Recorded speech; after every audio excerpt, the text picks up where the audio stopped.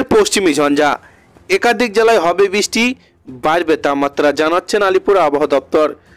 তো ফের এই পশ্চিমী ঝঞ্ঝার কারণে উত্তরবঙ্গ সহ দক্ষিণবঙ্গের এবং কলকাতা লাগোয়া বাংলাদেশের কোন জায়গাগুলি বৃষ্টির পূর্বাভাস জারি করছে আবহাওয়া দপ্তর। বিস্তারিত জানতে হলে ভিডিওটিকে প্রথম থেকে শেষ অবধি সম্পূর্ণ দেখবেন।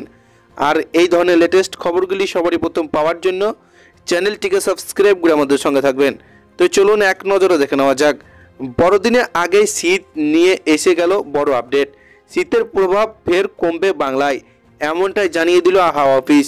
আলিপুর আবহাওয়া দপ্তর থেকে জানানো হয়েছে, একের পর এক পশ্চিমী ঝঞ্ঝার প্রভাবে উত্তর পশ্চিমে ঠান্ডা হাওয়া বাধা প্রাপ্ত হচ্ছে।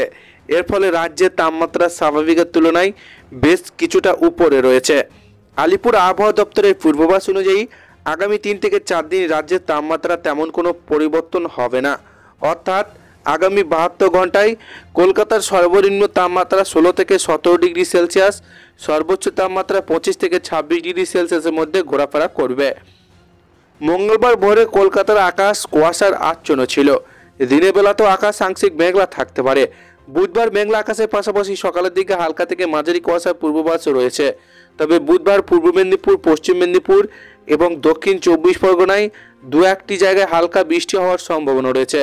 বড়দিনে উত্তরের হাওয়ার প্রভাবে কলকাতা এবং দক্ষিণবঙ্গে শীতের অনুভূতি তুলনামূলক কম থাকবে। তবে শুক্রবার থেকে তাপমাত্রা আবারও কমতে শুরু করতে পারে। তবে বর্ষণের আগে পারদের বড় পতনের সম্ভাবনা। এদিকে দার্জিলিংয়ে পাহাড়ি এলাকায় বড়দিনে হালকা বৃষ্টির সম্ভাবনা রয়েছে। পাশাপাশি ঘন কুয়াশা দাপট থাকবে উত্তরবঙ্গের দার্জিলিং, জলপাইগুড়ি, কোচবিহার, উত্তর দিনাজপুর এবং মালদহ জেলায়।